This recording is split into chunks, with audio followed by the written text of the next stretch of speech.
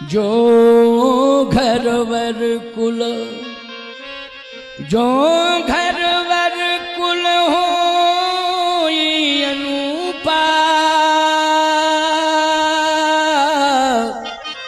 करिए विवाह सुतायन रूपा। घरवर कुल, ये चरित्र की प्रधानता इनमें होनी चाहिए। और यदि चरित्र की क्वालिटी पाई जाती है तो समझ लो आप जो घरवर कुल हो अनुरूपा, तो करिए विवाह सुता अनुरूपा। आप विवाह कर सकते हैं अपनी बेटी का ऐसे घर में, चिंता करने की जरूरत नहीं है। आप तुरंत बिना विचारे ही, क्योंकि विचार तो हो गया है, चरित्र की प्रधानता देखी, इतना ही विचार पर्याप्त है, विवाह कर दो। बेटी का विवाह करने में कोई दिक्कत नहीं, कोई समस्या नहीं। महाराज श्री जनक ने क्या श्री जानकी जी के विवाह में इन तीन बातों पर विचार किया? तो सामान्य ज्ञान रखने वाले लोग तुरंत कहेंगे नहीं किया। जो सामान्य ज्ञान, याद रखना, जनक जैसा ज्ञानी कोई दुनिया में है नहीं। सुखदेव जी महाराज ने जिनको गुरु के रूप में स्वीकार किया हो, ईमानदारी से बताओ कितना बड़ा ज्ञानी होगा? सुखदेव जी से बड़ा ज्ञानी है कोई? बोलो। स्वयं साक्षात भगवान हैं, भगवान ही अवतरित हुए हैं सुखदेव जी के रूप में। और उन्होंने पिता के रूप में वेद व्यास को स्वीकार किया और गुरु के रूप में महाराज जनक को स्वीकार किया है। साधारण नहीं है महाराज जनक। महाराज श्री जनक ने, सामान्य ज्ञान रखने वाला व्यक्ति यही कहेगा कि स्वामी जी जनक जी महाराज ने तो इन तीन बातों पर विचार ही नहीं किया। उन्होंने तो केवल एक ही घोषणा की है बेटी के विवाह में कि सो पुरारी को दंड कठोरा, और राज समाज आज जुई तोरा। त्रिभुवन जय समेत वैदेही, ओ बिनहि विचार बरय हठ तेही।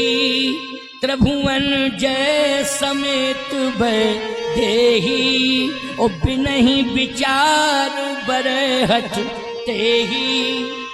जनक जी ने कहा कि जो शंकर के प्रचंड धनुष का खंडन करेगा, मैं अपनी बेटी का विवाह उसी के साथ करूंगा। अब धनुष टूटने का संबंध है बल से, क्यों भाई? अवस्था से नहीं है। धनुष टूटने का संबंध किससे है? बल से है। ताकतवर होगा, बलवान, वो तोड़े देगा।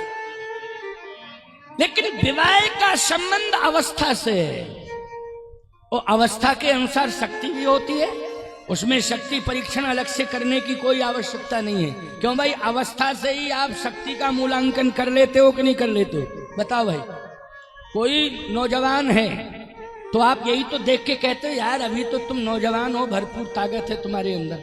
और बूढ़ा चाहे इतना स्वस्थ हो, लेकिन आप यही कहते हो हाँ महाराज देखने में तो आप लग रहे हैं लेकिन बुढ़ापा है। देखने में आप ठीक ठाक लग रहे हैं लेकिन बुढ़ापा है। क्यों भाई? लेकिन लग गया। क्यों लग गया लेकिन कि नहीं? और किसी भी नौजवान को आप देखेंगे, भले ही दुर्बल दिखाई दे रहा हो शरीर से, अरे अभी तो तुम नौजवान हो, तुम्हारे अंदर तो ताकत भरी पड़ी है। बोलो, कहते हो कि नहीं कहते हो? धनुष टूटने का संबंध अवस्था से नहीं है, बल पौरुष से है। उस काल में सबसे ज्यादा बल किसके पास था? जिसने कैलाश पर्वत को उठा लिया था। अच्छा बोलो भाई, कोई भी पहलवान कुश्ती में विश्व चैंपियन हो सकता है, ये मैं मानता हूं, लेकिन कोई भी विश्व चैंपियन पहलवान अगर पहाड़ को उठा दे तो जो शर्त आप करो वो शर्त हम पूरी करने को तैयार बैठे हैं आज। कोई भी विश्व चैंपियन पहलवान पहाड़ को उठा देगा, पर्वत को, बताओ? आपने सबकी गर्दन हिल गई। अच्छा एक बात बताओ, विश्व चैंपियन ये कहे कि विश्व में कोई पहलवान ऐसा नहीं है कि जो मेरे सामने मुझे मात दिया हो। मैंने ही सबको मात दे दिया और ये प्रमाण है मेरे पास, जो विश्व चैंपियन में बनाऊं, ये प्रमाण पत्र मुझे मिला है। ठीक है भाई, तो विश्व चैंपियन हो गए, लेकिन फिर उसके मूड में आवे कि अब हम इस समय पंजाब मेल के इंजन से कुश्ती लड़ना चाहते हैं। अच्छा बोलो, पंजाब मेल के इंजन से कुश्ती लड़ने की बात विश्व चैंपियन के दिमाग में आ जाए और वो सीधा आगरा स्टेशन पे आ जावे, और जैसे ही पंजाब मेल आवे और वो ताल ठोक के कहे आ मुझसे कुश्ती लड़ ले, जिंदगी भर का काजू किशमिश 2 सेकंड में गायब हो जाएगा कि नहीं हो जाएगा? बोलो भाई, 2 सेकंड नहीं लगेंगे।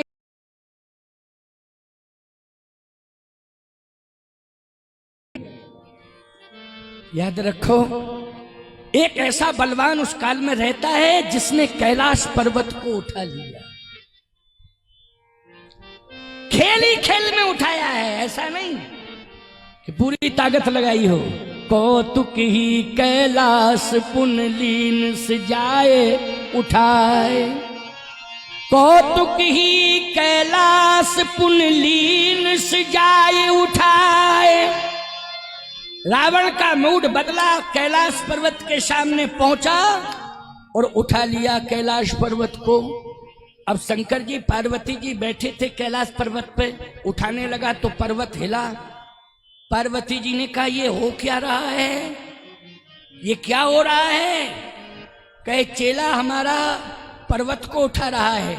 पार्वती जी ने कहा ऐसा नालायक चेला क्यों बनाया कि गुरुवाई का फाउंडेशन उखाड़ दिया उसने? क्यों भाई, गुरु जी का फाउंडेशन उखाड़ दिया, ऐसा चेला क्यों बनाते हो आप? कहे बस बन गया, गलती से बन गया, लेकिन अब क्या करें, बन तो गई, पीछे पड़ गया। कौतुकी कैलाश पुनलीन से जाए उठा है, खेल ही खेल में कैलाश पर्वत को उठा लिया। आप कल्पना करो धनुष कितना ही वजनदार होगा, जब कैलाश पर्वत को उठा सकता है तो धनुष को नहीं उठा सकता क्या? लेकिन जनक जी को यह पता नहीं था कि कैलाश पर्वत को उठाने वाला एक ऐसा राक्षस, ऐसा दैत्य दशानन रावण इस दुनिया में रहता है।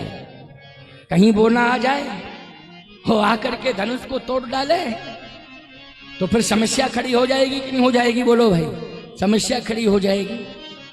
लेकिन नहीं, जनक जी महाराज ने स्पष्ट कह दिया। बड़ा सुंदर प्रसंग है ये और बहुत मार्मिक प्रसंग है, क्योंकि आप सभी अच्छे श्रोता हैं।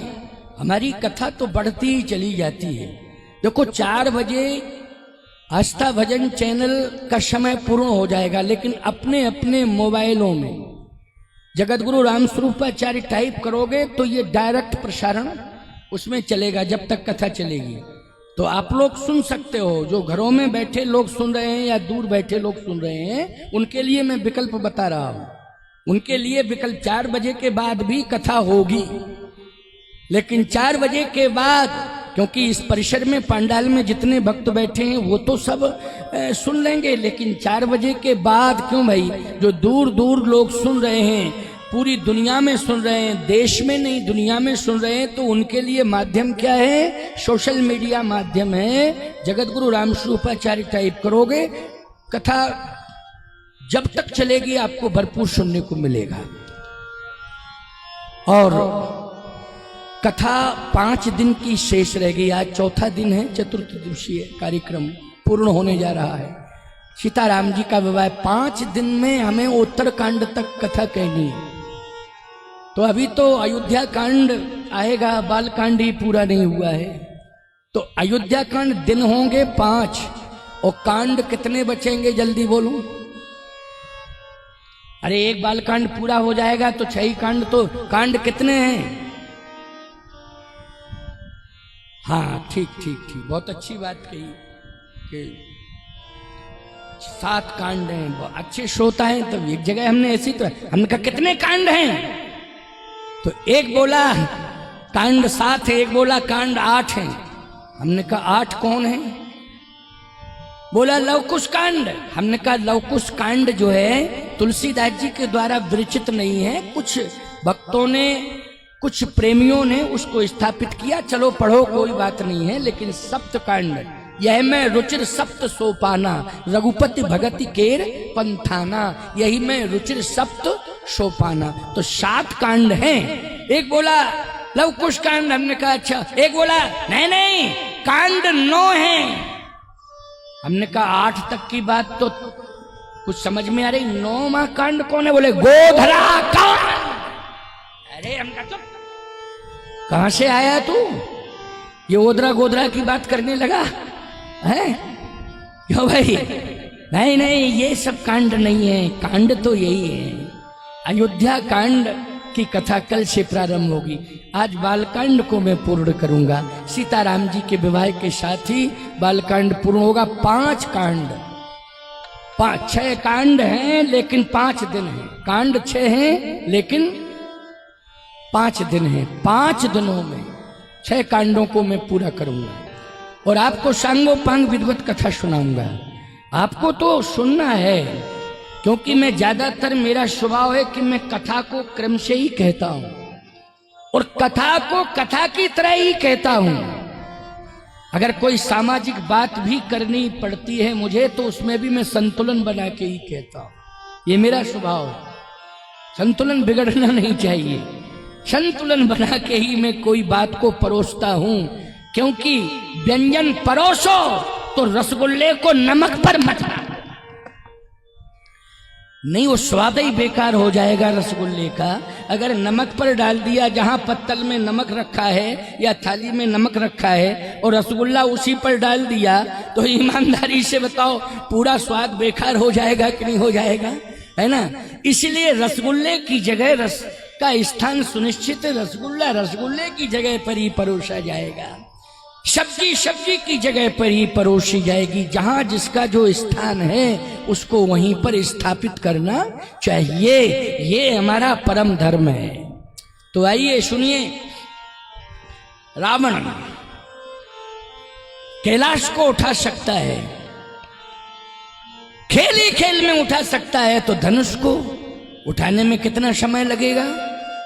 लेकिन महाराज श्री जनक ज्ञानी हैं, वो रावण के अस्तित्व को भी जानते कितना बलवान है, लेकिन फिर उन्होंने बिना विचारे ये क्यों कह दिया? अच्छा, एक और रावण की कंडीशन, वो क्या कंडीशन है?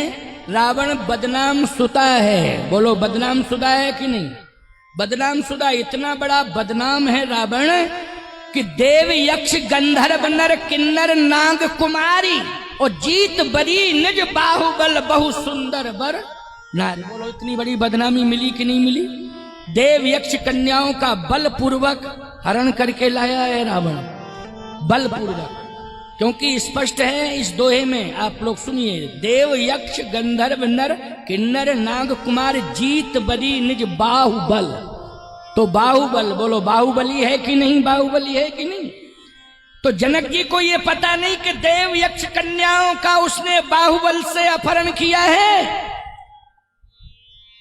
भुजाओं में इतनी बड़ी ताकत है कि कैलाश पर्वत को उठा सकता है। तो कहीं रावण आ गया अपनी भुजाओं से धनुष को उठा ले और तोड़ दे, तो क्या होगा?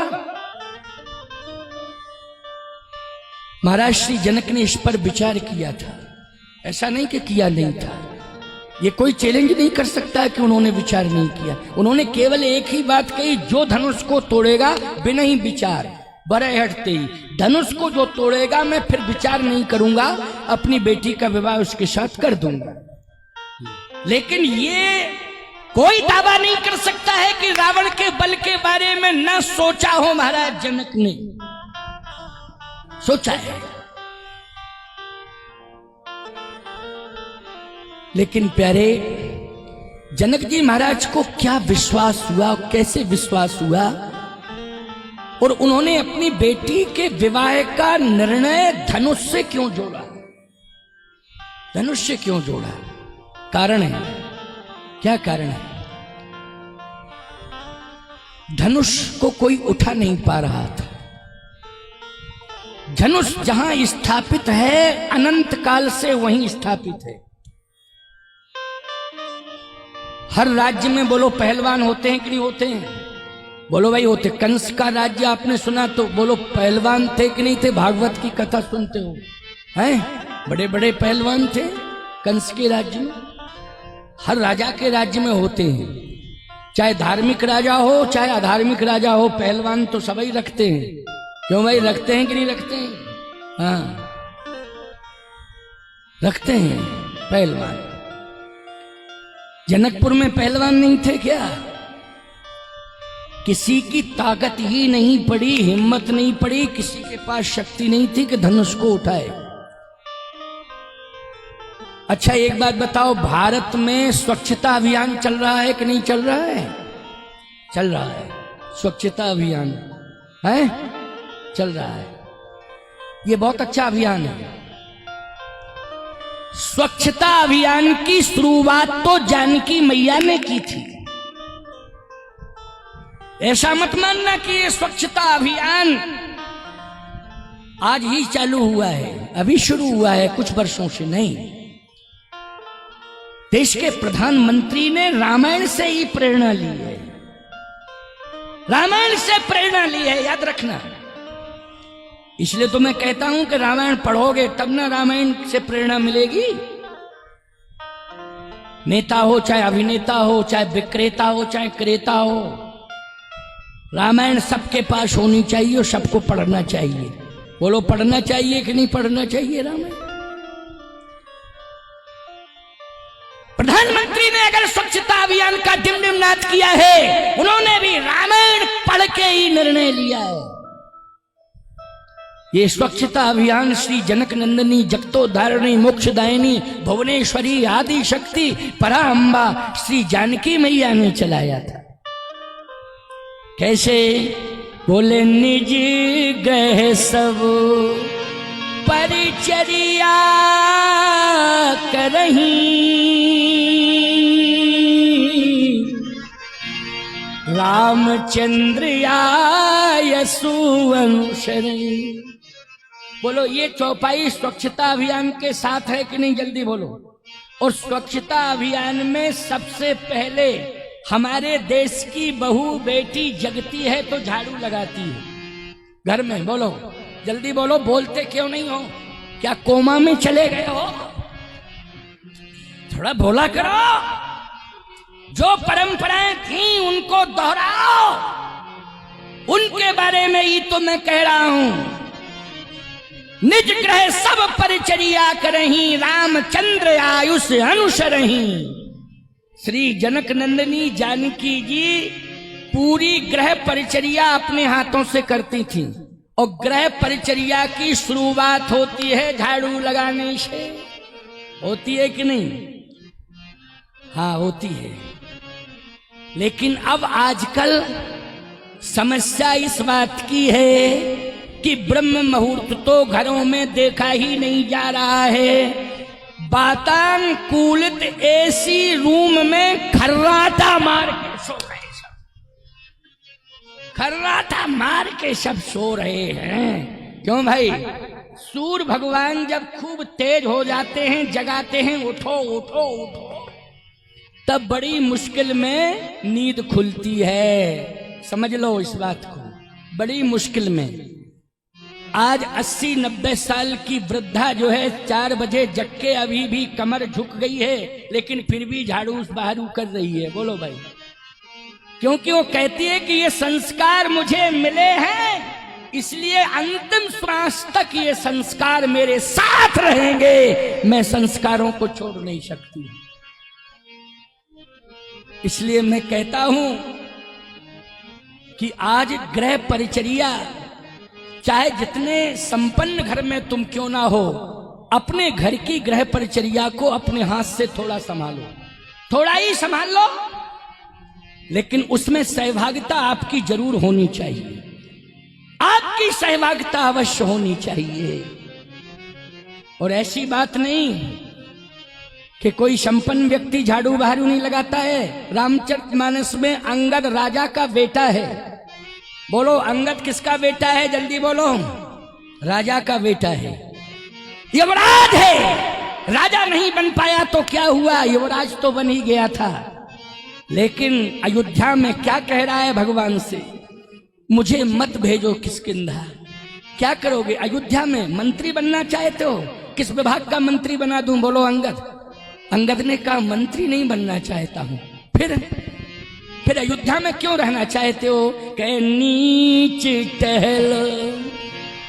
अंगद कह रहा है नीच टहल ग्रह के सब करी हो, ओ पद पंकज बिलोक भवतरी हो। बस झाड़ू बहारू लगाता रहूं अयोध्या की गलियों में, बस मुझे यही सेवा दे दो। बोलो राजा का बेटा भी स्वच्छता अभियान से जुड़ा है कि नहीं जुड़ा है? जल्दी बोलो। राजा का बेटा भी स्वच्छता अभियान से जुड़ा है। केवल गरीब ही झाड़ू नहीं लगाता है, याद रखना। ये झाड़ू लगाना नहीं है प्यारे, ये अपने भारत को स्वच्छ बनाना है। केवल अपने घर को ही, जब घर घर स्वच्छ हो जाएगा तो भारत अपने आप स्वच्छ हो जाएगा। इसलिए स्वच्छता अभियान की परंपरा जनक नंदिनी जानकी जी ने दी है। बोलो दी है। इसके पहले किसने दी है हम इस बात को नहीं कहेंगे, लेकिन हम तो जानकी मैया की बात कर रहे हैं। बोलो, हम अपनी मैया की बात कर रहे हैं। ऐसे ही एक दिन जनक जी ने देखा। क्या देखा जनक जी ने? कि मेरी बेटी हाथ में झाड़ू लेकर के सफाई कर रही है। अच्छा, जनक जी महाराज देखते रहे कि ये कितने सुंदर संस्कार हैं बेटी के। किसी ने कहा नहीं था, लेकिन स्वतः ही ये संस्कार। मैं एक बात कहता हूं, जैसा कार्य घर में होता है संतान को बताना नहीं पड़ता है, अपने आप देख देख करके संतान वैसा ही करने लगती है। याद रखना, बताने की जरूरत नहीं पड़ती, कहने की जरूरत, अपने आप ही संस्कार में संस्कार आ जाते हैं, ये विचार आ जाते हैं, अपने आप आ जाते हैं, अपने आप आ जाते हैं। इसलिए मैं कहता हूं कि घर का वातावरण अच्छा बना के चलो, वो वातावरण का प्रभाव छोटे छोटे बच्चों पर पड़ता है। बोलो, पड़ता है कि नहीं पड़ता है? और फिर बच्चों को समझाना नहीं पड़ता है, बच्चे जो है संस्कार लेकर के फिर स्वयं क्रियान्वयन करने लगते हैं। इसलिए हम सुधरेंगे युग सुधरेगा, और हम बदलेंगे तो युग बदलेगा। हम सुधरेंगे तो युग सुधरेगा, और हम बदलेंगे तो युग बदलेगा। इसलिए हमें परिवर्तन करने की आवश्यकता है। परिवर्तन जब तक हम नहीं करेंगे तब तक हमारे परिवार में परिवर्तन नहीं होगा। जनक जी ने देखा कि मेरी बेटी कर क्या रही है, तो निज गृह सब परिचर्या, गृह परिचर्या कर रही थी सीता जी। झाड़ू लगाते लगाते लगाते लगाते धनुष के पास पहुंच गई जहां धनुष रखा था। एक हाथ में झाड़ू और एक हाथ से धनुष उठाया। छोटी छोटी सुकुमार भुजा। बोलो भैया, उम्र है 6 साल की। याद रखना, कितनी उम्र है? 6 साल की उम्र है। किशोरी जी की वाल्मीकि रामायण के अनुसार 6 वर्ष की आयु है। एक हाथ में झाड़ू है और दूसरे हाथ में धनुष उठाया। बाएं हाथ से धनुष को और उठा करके झाड़ू जो है लगा रही हैं, धनुष के नीचे साफ कर रही हैं कूड़ा कचरा धनुष का। बोलो भाई, ये साधारण बात है क्या? जहां बड़े बड़े बलवान पहलवान धनुष को नहीं उठा पाए,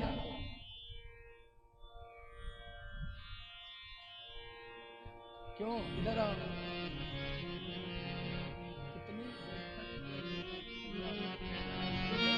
इशारा कर देंगे तो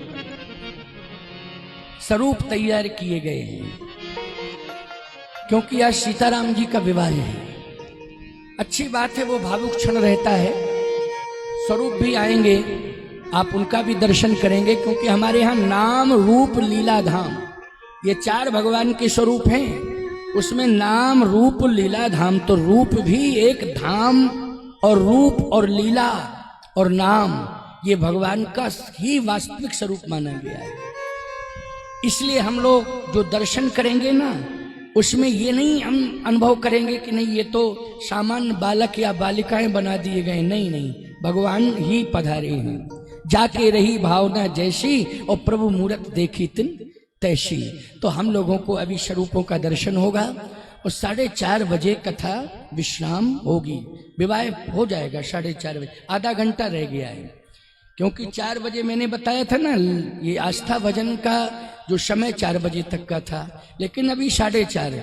चूंकि कथा अधूरी न रह जाए, लाइव के चक्कर में कथा अधूरी नहीं रहनी चाहिए, है नहीं, क्योंकि लाइव के चक्कर में कथा की लाइफ खराब नहीं होनी चाहिए, है ना। इसलिए कथा 4:30, आध घंटे और 30 मिनट अभी सुनते जाओ। जनक जी की प्रतिज्ञा, लेकिन जनक जी ने धनुष जो तोड़ेगा उसी के साथ विवाह करूंगा, ये भाव कैसे आया मन में?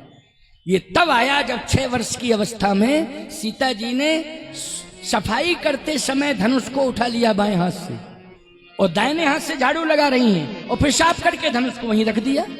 बड़े बड़े पहलवान नहीं उठा पाए, जनक जी ने कहा धनुष को, और मेरी बेटी ने, 6 वर्ष की बेटी ने बाएं हाथ से उठा दिया धनुष को। इसका मतलब धनुष को उठाने का संबंध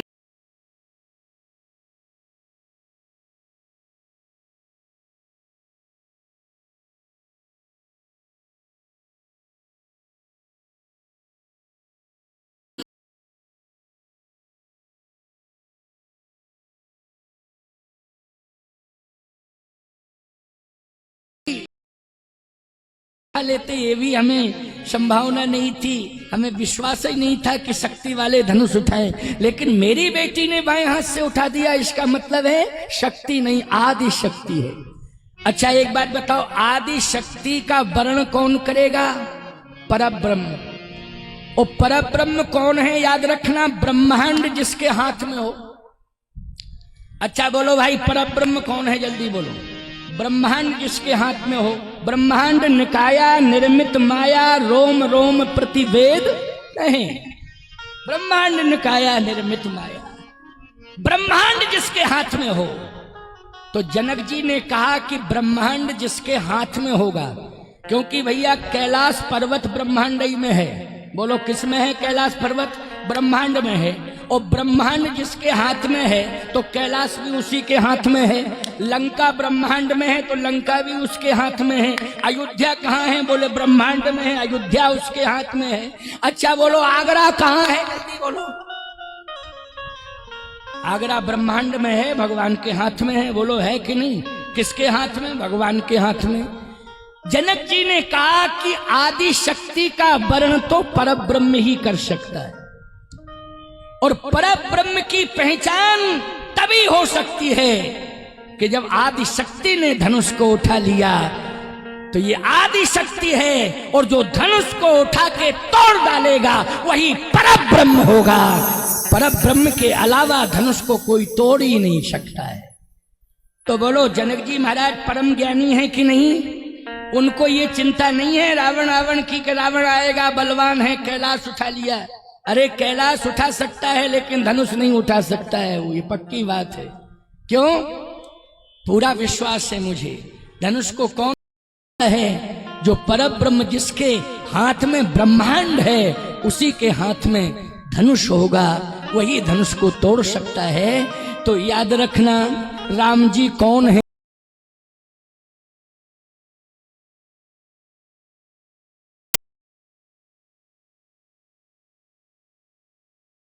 निरंजन निर्गुण विगति विनोद, ओ सो